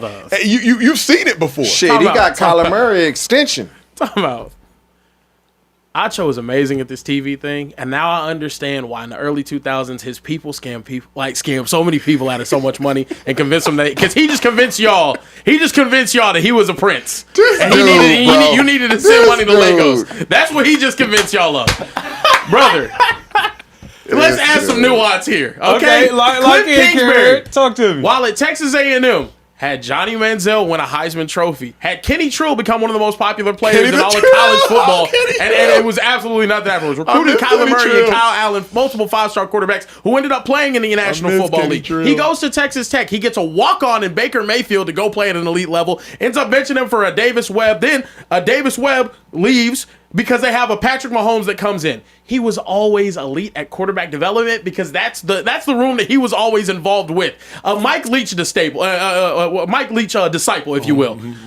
Brother, Deion Sanders had his son and Travis Hunter. He does not have a track record of development and on-field coaching like a Cliff Kingsbury did going into the National Football League. Only his son. You got to give me that. Bro. Deion to his son is Cliff to all them other Qs. Okay. How many offensive coordinators did Shador have during his 2 years at 2. He had Pat Shurmur and the dude that came from Kent State. Yep, and he fired one of them mid-season. Yeah, Kent State dude. Like, dog. He's a head coach now at where you go? San Diego State. San Diego State. No, yeah, he is. But my problem is, like, dog, you can't compare Cliff Kingsbury because of what he was as an offensive mind and innovator. Every place that he left ended up actually getting a little bit worse after he left, whenever he left them. Also, the reason why they failed at Texas Tech was they have the worst defense in the entire country. Absolutely. Year after year after year, nobody wanted to go play defense in Lubbock. You just can't recruit the athletes like that. Sure, but the only, obviously tongue-in-cheek, but the only point I'm making is that, like, you can be a not successful head coach, and if there's a reason for me to hire you, and it was Cliff with Kyler, there's a reason for me to hire you. I'm with you. Like, Deion's not a successful head coach in college, but if quarterback's the most important thing, I think that Deion is to Shador whatever the hell Cliff was to Kyler. And now it might be different. Because of Kyler, it might have been X's and O's. It might have been all that thing. Do you not think that that's coddling in a way, though? Shador, the only time you can play football your entire life is with your dad as your head coach. I think Shador's beyond that. I think he's talented enough to make it work on his own. I don't know how I feel about that. And also, he you're bringing him in to make it work on his own too. Yeah, and not be, you're only starting because your dad the coach. But you know, is that not ego? I love this show, man. Let's go there. Is that not ego? TJ, you know this. I don't think it's private anymore. It's been revealed. Russell Wilson had phenomenal success, and he lost his success when what happened? Do you recall? He wanted to leave Seattle and Pete Carroll. But there was something more personal to Russell. Oh, you're talking about when the advisor. Yes, his sports psychologist, best friend, Trevor, maybe Moawad. Trevor Moawad tragically passed away at a way too early age. Russell Wilson lost his best friend, his advisor, his psychologist, all these things. And Russell Wilson's career arc just did this immediately. In theory, you could say that Trevor Moawad was a crutch for Russell Wilson. And many people who know Russell Wilson personally, I know Russ personally, obviously, they have suggested that. So while, Kieran, you might not be wrong, I'm just saying, is there anything wrong with that? A lot of players have crutches. Yeah. And many would suggest that Trevor was Russell Wilson's crutch. With Trevor, Russ won a Super Bowl, went to another Super Bowl, threw for 40 touchdown passes. Without Trevor, Russ decided to leave Seattle and flailed out of Seattle. Denver Broncos struggled there, but his last season statistically was good. Pittsburgh, muddy there, and now he's a backup. Yeah. So I'm not saying you're wrong. I'm just saying, is there anything wrong with the most valuable person having a crutch? Tom Brady. Was it Alex Guerrero? Was that his name? Alex was Guerrero's last name? And he got to him, man. I've been knowing that Alex, Dr. G, that's what we call him. Shit, since I was a teenager. Yeah. And that I wouldn't call that his crutch, but it was something that made him feel like, oh, I ain't feeling too good. Because he was more of a, I wouldn't say, he wasn't Trevor Moawad to Russell Wilson from a mental perspective. He was more the physical part for Brady, just keeping him healthy and things of that nature. But when you have somebody that you feel like I can go to where it's physical or mental and they're going to lock me back in, that does something to you mentally in a positive way.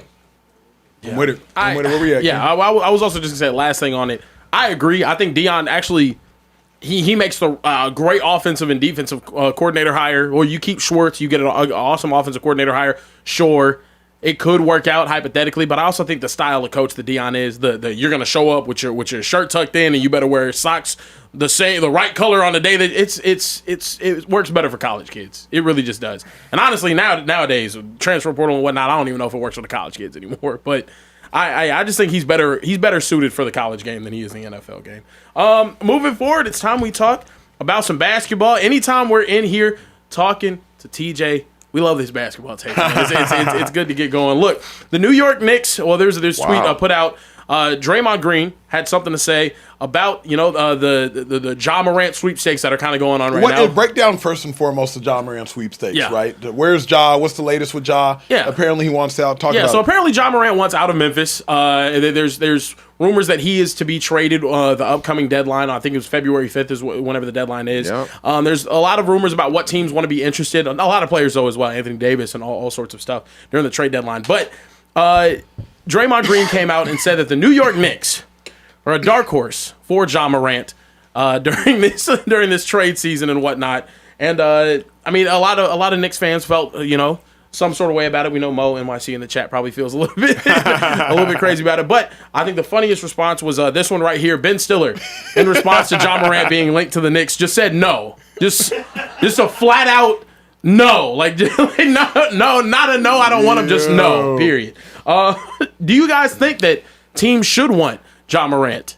Can I put hell in front of Ben Stiller's no? Wow. Like, should teams want Ja Morant? Yeah. TJ, should the Knicks want him? No. No team should Not want the him. Knicks. Why wouldn't you? Because, TJ, you're not winning anything of significance with Ja Morant as your best player. Listen, Ja Morant needs a change of scenery, and he needs a coach that he respects. He needs a change of internally. Not No.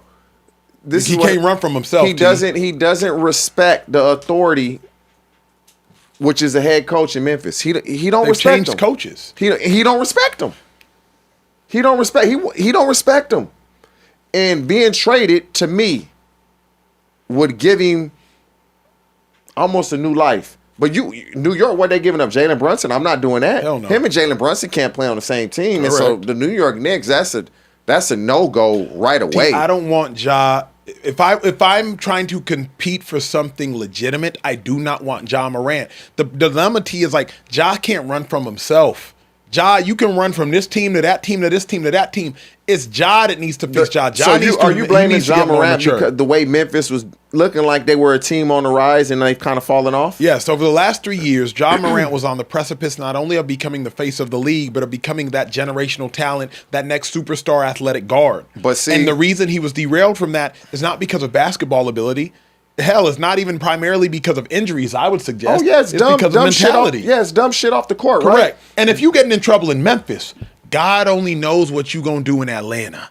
in New York, in Miami. Like, Memphis ain't even a city to turn up like that if you look like Ja Morant. Now, let's go to Atlanta if you Ja. Go to Houston if you Ja. If we keep it basketball, we can't. We keep it basketball, right? To me, the downfall of the Memphis Grizzlies was when they let Dillon Brooks go.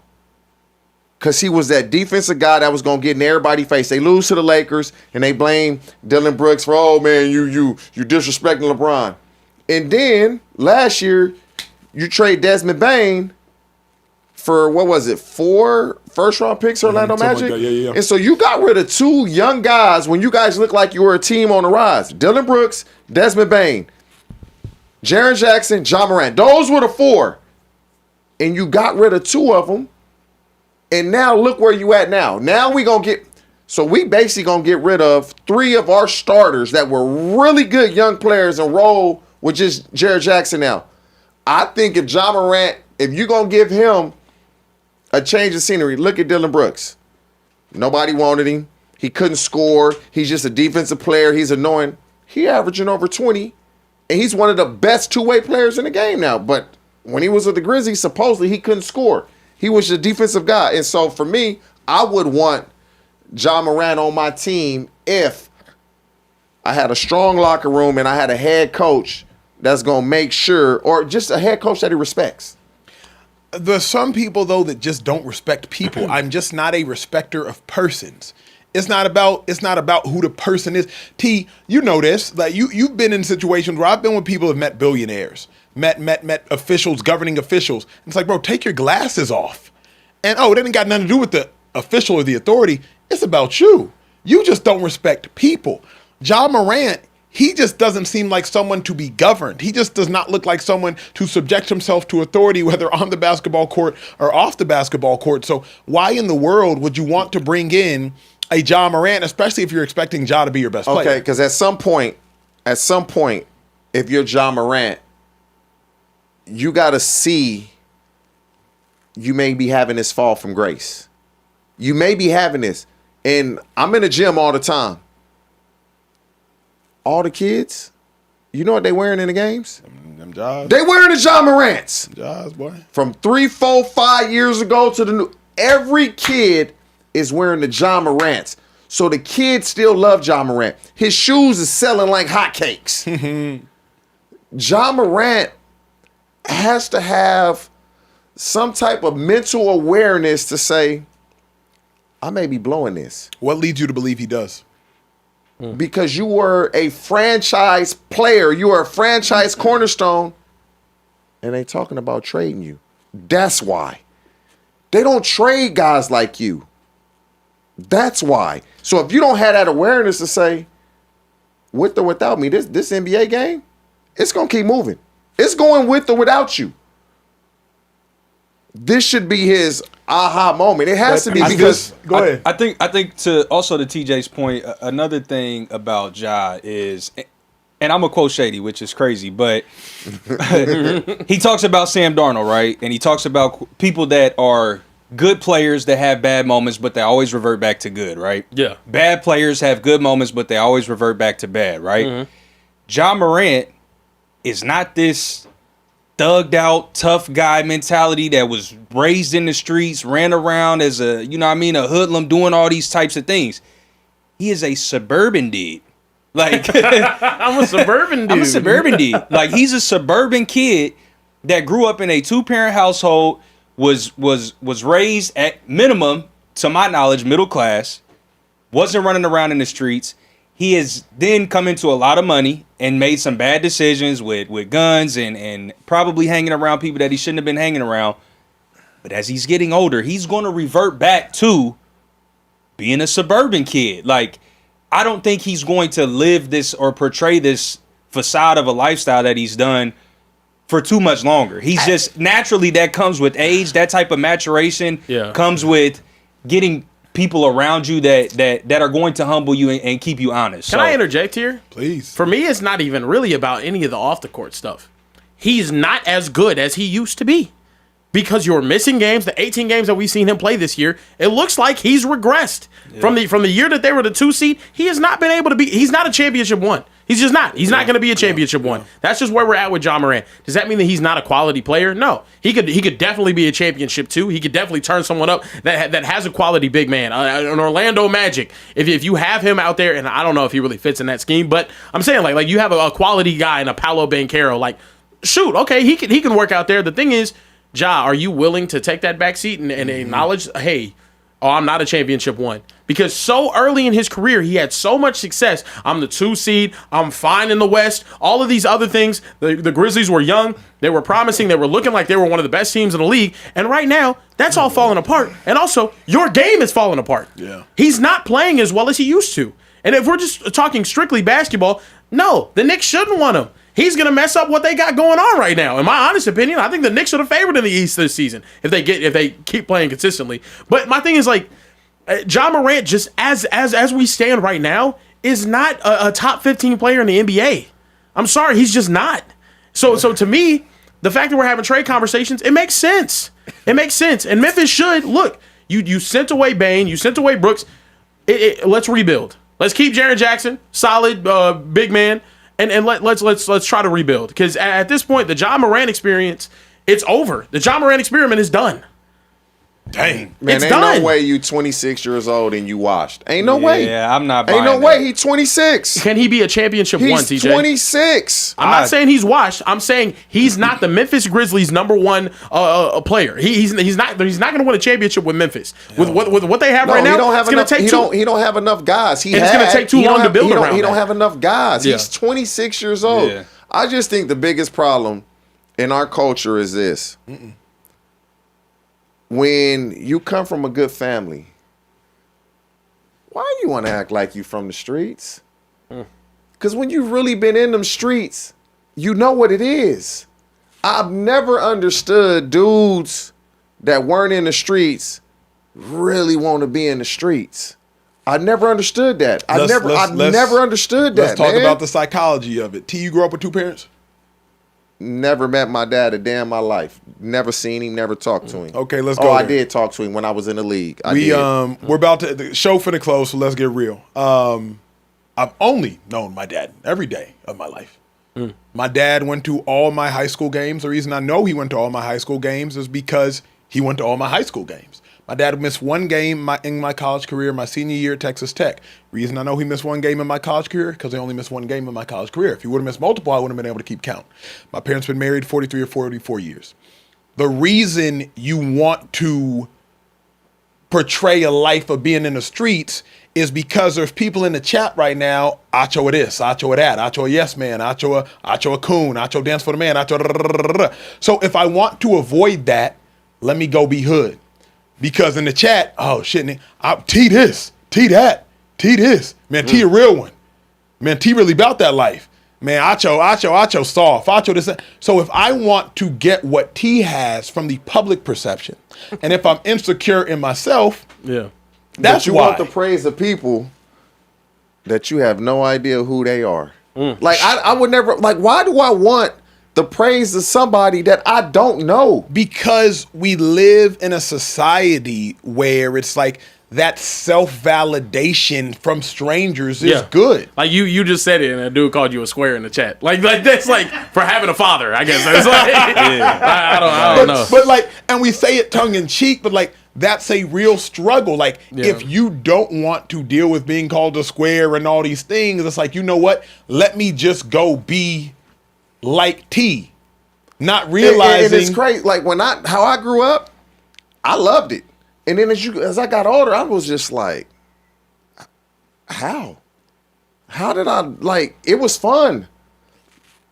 I would never want my son to grow up how I grew up. Never. Ever. Like, I couldn't imagine my son doing things that I did.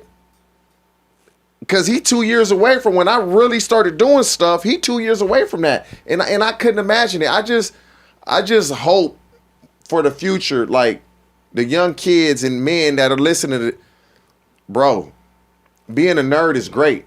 Because them nerds are the guys that turn out to be the CEOs. And now they cool when they're in their 30, 35, but when they're in their teenage and early 20s, they what they would call them a square. No, them the dudes that are living life and doing well now.